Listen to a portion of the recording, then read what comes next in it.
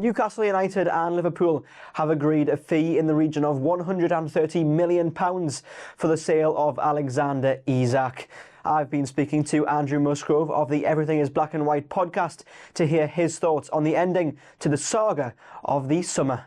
In terms of the fee, yes, we were told that Newcastle were going to hold out for at least £150 million, but I think they're in an impossible position, really, simply because they've got a player who doesn't want to play for Newcastle United, and he made that clear as recent as last week. So what were they to do? If he wasn't sold to Liverpool, how difficult would it be to reintegrate him into Eddie Howe's squad, where really it is a squad that is built upon that spirit and drive to work for the badge? And you've got a player there who's made his intentions very, very clear that if he didn't get his move away from Newcastle United, he didn't want to play for them again. So I think the club have looked at that and thought, OK, we can get a big fee. Yes, maybe £20 million than we originally wanted, but £130 million is still a huge, astronomical price to pay for anybody these days.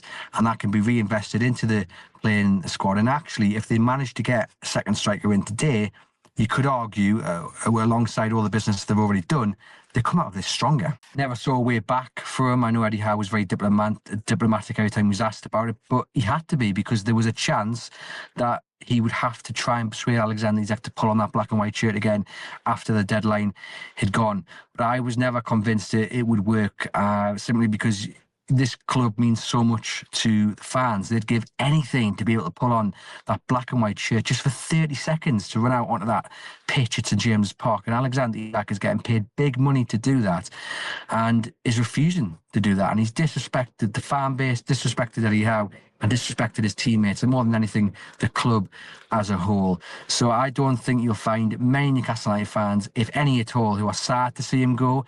With Isak currently undergoing his medical at Liverpool, the Reds may still try to bring in Mark Gee from Crystal Palace, whilst Newcastle United have agreed a fee with Johan Visser of Brentford.